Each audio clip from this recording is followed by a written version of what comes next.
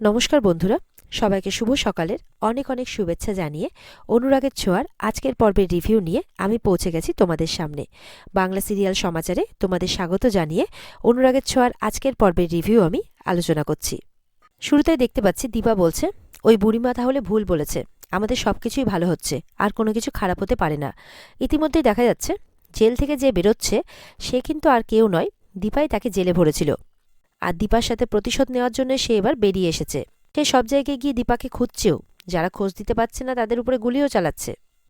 এই সমস্ত কিছু ঘটবে তো কিছুক্ষণ পরে। এবার দেখা যাচ্ছে যে কিছুক্ষণ দেখা যাবে আর কি, যে কিছুক্ষণ আগে কি ঘটেছে, এই ঘটনাগুলো ঘটার আগে। তো চলো আমরা দেখে নিই। সূর্য আর দীপার সাথে শুয়ে রয়েছে একই সাথে সোনা রূপা, সবাই মিলে একই সাথে আছে।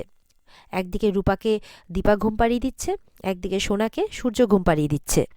দীপা বলছে, আর কোনো চিন্তা নেই, আমরা এবার সবাই একসাথে আছি আর একসাথেই থাকবো। সূর্য বলছে, হ্যাঁ, শুধু মাঝখানে কয়েকটা বছর কেটে গেছে, আর তার মাঝখানে আমরা বুঝতেই পারিনি দেখো যে আমাদের মেয়ে দুটো কত বড় হয়ে গেছে। সোনা রূপাও খুব খুশি। রূপা বলছে তার মাকে এইভাবেই থাকবো তো। দীপা বলছে হ্যাঁ। সূর্য বলছে অনেক হয়েছে, এবার অনেক রাত হয়ে গেছে, এবার তোমরা ঘুমো, বলে দুজন দুদিক থেকে সোনা রূপাকে ঘুম পাড়িয়ে দিচ্ছে। এরপরে তো দীপা সূর্যের দিকে তাকিয়ে আছে এক নজরে, সূর্যও দীপাকে দেখে যাচ্ছে। তারা দুজন চোখে চোখেই যেন তাদের সমস্ত মনের কথা বলছে একে অপরকে। এদিকে তো সাক্ষ্যদীপ কফি বানাচ্ছে আর কি, ও তার জন্যে আর চারুর জন্যে। চারুও আসে, বলে আপনি আসতে গেলেন কেন? আমি তো বানিয়ে দিচ্ছিলাম। চারু বলে না, দেখতে এলাম। সাক্ষ্যদীপ বলছে আমাকে? বলে না, কফি। বলে আমাকে একটু কফিতে চিনি দেবেন। সাক্ষ্যদীপ বলছে ব্ল্যাক কফিতে চিনি? বলে একটু খাই আমি। এবার চারুকে বলে, যান ওই যে ওপরে আছে চিনির কৌটোটা নিয়ে আসুন। চারু তো আনতে গেছে। এবার তো চারুর হাত আর জমে না চিনির কৌটো পর্যন্ত। সাক্ষ্যদীপ তো দেখে দেখে একটু বিরক্তও হয়। তখন সাক্ষ্যদীপ যায়, চারুর পাশ থেকে চিনির কৌটোটা খুব ইজিলি নিয়ে চলে আসে। সাক্ষ্যদীপ বলছে, পাশে একজন থাকলে মন্দ হয় না বলুন। চারু বলছে মানে বলে এই যে ওপর থেকে জিনিসপত্র পেরে দেওয়ার জন্য আর কি, এই কারণে আর কি। তার সঙ্গে আপনি একই প্যাকেজে পেয়ে যাচ্ছেন একজন ভালো গাইড, একজন ভালো বন্ধু, আর সব থেকে ভালো কুক। সাক্ষ্যদীপ কফি বানাতে বানাতে এইসব বলে যাচ্ছে আর কি। এরপরে তো চারুকে চারুর কফিটা বানিয়ে দেয় সাক্ষ্যদীপ, আর বিভিন্ন রকমভাবে চারুকে হাসাচ্ছে। চারু তো খুব করে হাসছে। এরপরে সাক্ষ্যদীপও হাসছে। চারু বলছে, আপনি হাসছেন কেন? বলে এই ছোঁয়াচে, আপনার হাসিটা না খুব ছোঁয়াচে। বলে আপনার হাসিটা খুব ছোঁয়াচে, আপনি হাসলে দেখুন সবাই হাসে, আমি হাসছি, আশেপাশে সবাই হাসছে। চারু বলছে ও আচ্ছা আচ্ছা। এরপরে সাক্ষ্যদীপ কি করে, চারু যখন কফি খাচ্ছে সাক্ষ্যদীপ চারুর সামনে একটা ব্রোকলি নিয়ে যায়। চারু তো দেখে অবাক হয়ে যায়। এবার ব্রোকলিটা নিয়ে চারুকে প্রপোজ করতে থাকে বিয়ে করার জন্যে সাক্ষ্যদীপ। চারু বলছে এটা আবার কি? বলছে এটা সবচেয়ে দামি সবজি, এর থেকে দামি সবজি এখানে আর নেই। সাক্ষ্যদীপ বলছে, will me Charu marry you? Charu তো অবাক হচ্ছে। সাক্ষ্যদীপ আবারও বলছে, will me you Charu marry? Charu তো আবারও অবাক হচ্ছে। তারপরে ফাইনালি সাক্ষ্যদীপ নিচে বসে চারুকে এবার ভালো মতো করে প্রপোজ করছে, উইল ইউ ম্যারি মি চারু? চারু তো এবার অবাক হয়ে সাক্ষ্যদীপের দিকে তাকিয়ে আছে। তারপরে কিছুক্ষণ পর ব্রোকলিটা হাতে নেয়, নিয়ে হাসে, হেসে তার ওপিনিয়নটা জানিয়ে দেয়, হ্যাঁ বলে দেয় চারু। এটা শুনে তো সাক্ষ্যদীপ খুব খুশি হয়ে একদম চিৎকার করে ওঠে। এমন চিৎকার করে যে চারু একদম চমকে ওঠে। তো এইরকম কথাবার্তা চলছে আর কি চারু আর সাক্ষ্যদীপের মধ্যে। এদিকে তো পরদিন সকালবেলা দেখা যাচ্ছে সবাই মিলে বেশ আনন্দ মজা করছে। উর্মি সোনারূপাকে বলছে, আর কোনো চিন্তা নেই, আমরা এবার সবাই কত দিন পর কত বছর পর আবার সবাই একসাথে আছি, কত মজা হবে। ওদিকে দেখা যাচ্ছে দীপাকে সূর্য রান্নাতে হেল্প করছে। উর্মি বলছে, তাও আবার কি, তোর বাবা মা দেখ একসাথে ব্রেকফাস্ট বানাচ্ছে। তখন সোনা বলছে, সেটাই তো চিন্তার। রূপা বলছে, কেন চিন্তার কি আছে, মা আছে তো। বলে সেটাই তো আরো বেশি চিন্তার। বলে ওই যে দেখো দেখো কি অবস্থা করছে দেখো। দীপা আটার মধ্যে সূর্যকে জল দিতে বলেছে, সূর্য এমন জল দিয়েছে যে ওটা পুরো আটার ঘোল তৈরি হয়ে গেছে। তখন দীপা বলছে, এবার কি করব? এবার তো এখানে আটা মিক্স করতে হবে, যান নিয়ে আসুন। তখন সূর্য এমন আটা মিক্স করে যে সেখানে পুনরায় আবারও জল দিতে হবে। দীপা বলছে, থাক, আপনাকে আর হেল্প করতে হবে না, কারণ এখানে দেখুন সব কিছু আপনি কেমন আটা আটা আটা আটা করে দিলেন, সবখানে কেমন ছড়িয়ে গেল, আপনাকে আর হেল্প করতে হবে না। এবার তো শোনা গেছে রান্নাঘরে। বলছে, আচ্ছা বাবা, তুমি কি মাকে দেখে সমস্ত কাজ ভুলে গেছো নাকি? তুমি তো সব কাজ পারো। জানো মা, বাবা কিন্তু সব কাজ পারে, আমাকে সামলাতে সামলাতে সব কিছু শিখে নিয়েছে, এমনকি রান্না বান্নাও। কিছু কিছু অকেশনে তো রান্নাও করেছে। এটা শুনে তো সবাই অবাক হয়ে যায়। উর্মি বলছে, সত্যি তাই নাকি? বলে হ্যাঁ। তখন উর্মিকে সূর্য বলছে, আসলে এই রান্নাঘরটা আমার কাছে অচেনা তো, সেই কারণেই। উর্মি বলছে, অচেনা হওয়ার কি আছে, সামনেই তো সমস্ত কিছু রাখা রয়েছে। তাহলে বলুন যে আপনি দিদিকে দেখতে দেখতে সবকিছু ভুলে যাচ্ছেন। তখন সূর্য আর দীপা বলছে, বাচ্চারা আছে তো উর্মি, কি হয়েছে? তখন সোনা বলছে, বাচ্চা কোথায় বাচ্চা? আমরা বাচ্চা নেই, আমরা বড় হয়ে গেছি। তোমরা জানো না রূপাকে কিছুদিন আগেই একজন প্রপোজ করেছে? এটা শুনে তো সূর্যের মাথা খারাপ।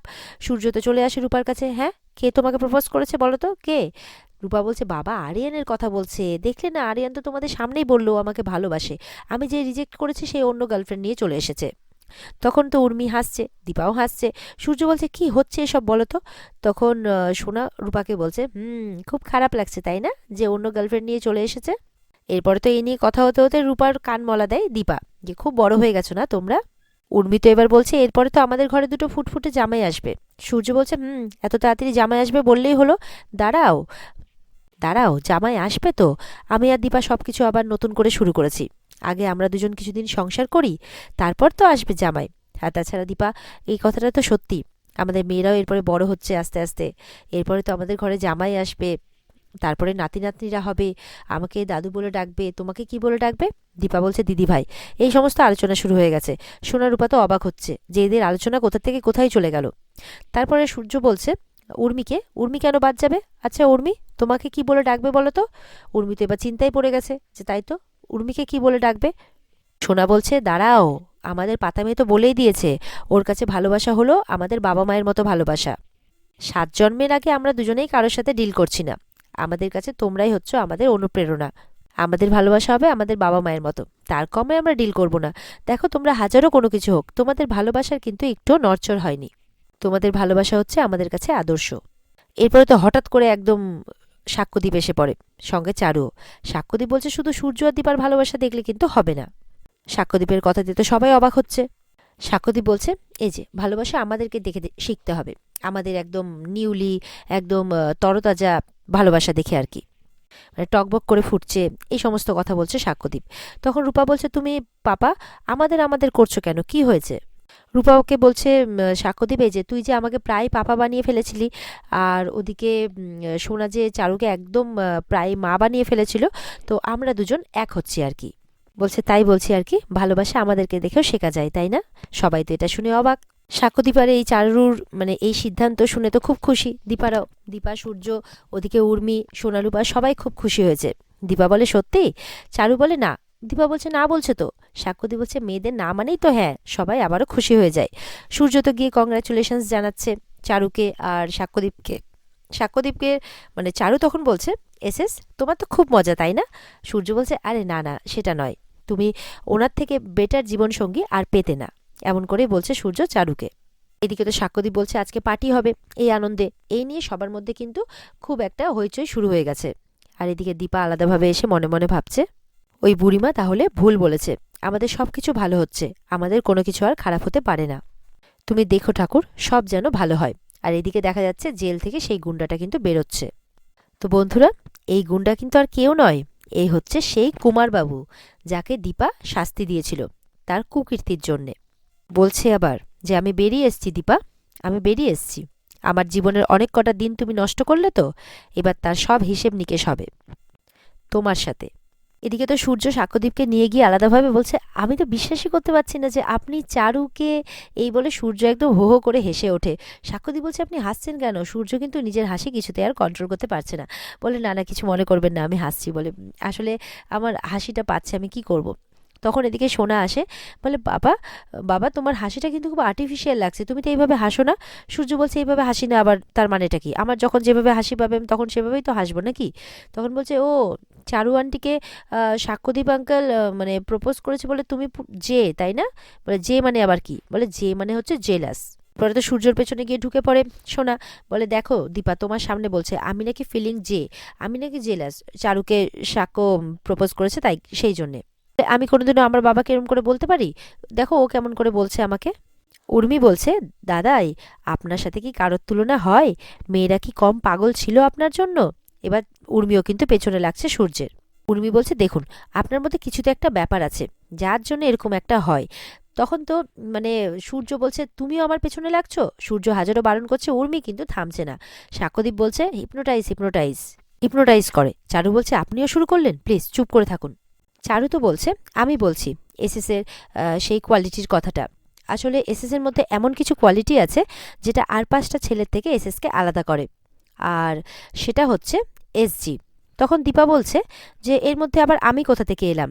তখন চারু বলছে, তোমার প্রতি এসএসের যে ভালোবাসা, সেই কোয়ালিটিটাই এসএসকে অন্য 5জন ছেলে থেকে সাথে আলাদা করে আর কি, ছেলের থেকে। মানে অন্য কেউ হলে হয়তো একে অপরকে ছেড়ে চলে যায়, কিন্তু তোমাদের মধ্যে তো সেরকম কিছু নেই, বরঞ্চ তোমাদেরকে দেখে লোকে ভাবে এটাও কি সম্ভব।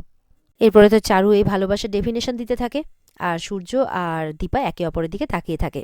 সাক্ষ্যদীপ বলছে, এই তো অ্যাটেনশনটা পুরো নিজের দিকে টেনে নিলেন। সূর্যকে বলছে, কোথায় একটা বয়স্ক লোক একটা ফুটফুটে মেয়েকে বিয়ে করছে, অ্যাটেনশনটা এদিকে দেবেন তা না, নিজেদের দিকে টেনে নিচ্ছেন। এই নিয়ে তো সবাই আবার হাসাহাসি করতে থাকে। এদিকে তো সাক্ষ্যদীপ বলছে, এগুলো সব কিছুর থেকেও বড় ব্যাপার হচ্ছে তাক থেকে কৌটো পাড়া। তখন চারু তো লজ্জা পাচ্ছে, আর দীপারা বলছে, কি বলছেন, মানে রূপাও বলছে যে, কি বলছো তুমি? বলে, বলছি বলছি। তখন তাক থেকে কৌটো পাড়ার পুরো ঘটনাটা মানে বলতে থাকে আর কি সাক্ষ্যদীপ সবাইকে। এটা শুনে তো সবাই খুব হাসছে, আর চারু লজ্জা পাচ্ছে, কারণ চারু তার হাইটের জন্য কৌটোটা পারতেও পারছিল না। সাক্ষ্যদীপ গিয়ে সেটা খুব ইজিলি পেরে নিয়ে চলে এলো। এদিকে দেখা যাচ্ছে কুমারবাবু এমন এক জায়গায় এসছে যেখানে মহিলারা দীপা আর তার শাশুড়ি লাবণ্য সেনগুপ্তর মুখোশ লাগিয়ে নাচানাচি করছে। আবার তারা দুজনেই, যে দীপা লাবণ্য সেনগুপ্তের মুখোশ লাগিয়েছে, সে এসে কুমারবাবুর হাতে দীপা সেনগুপ্ত আর লাবণ্য সেনগুপ্তের ছবি দিয়ে চলে যায়। আর কুমারবাবু কিন্তু তার সাথে দীপা যা যা করেছে সবকিছুর কথা মনে মনে ভাবছে। এদিকে তো বন্দুক নিয়ে পুরো খুঁজতে বেরিয়ে গেছে কুমারবাবু, পুরো গুলি চালিয়ে ওদেরকে মানে যেখানে গেছে সেখানে ভয় দেখাচ্ছে সবাইকে, যে কোথায় আছে দীপা সেনগুপ্ত জিজ্ঞাসা করছে। আর এখানেই আজকের পর্ব শেষ হয়ে যায়। তো বন্ধুরা, এই ছিল আজকের পর্বের রিভিউ। ভালো লেগে থাকলে কিন্তু অবশ্যই পর্বকে লাইক আর কমেন্ট করে তোমরা জানাতে ভুলবে না, আর চ্যানেলকে সাবস্ক্রাইব করতেও ভুলবে না। আর আজকের পর্বের বিস্তারিত দেখতে অবশ্যই কিন্তু স্টার জলসার পর্দায় তোমরা যথাসময়ে নজর রাখবে। তাহলে দেখা হচ্ছে আগামীকালকে নতুন পর্বের রিভিউ নিয়ে। ততক্ষণ সবাই ভালো থাকবে। টাটা।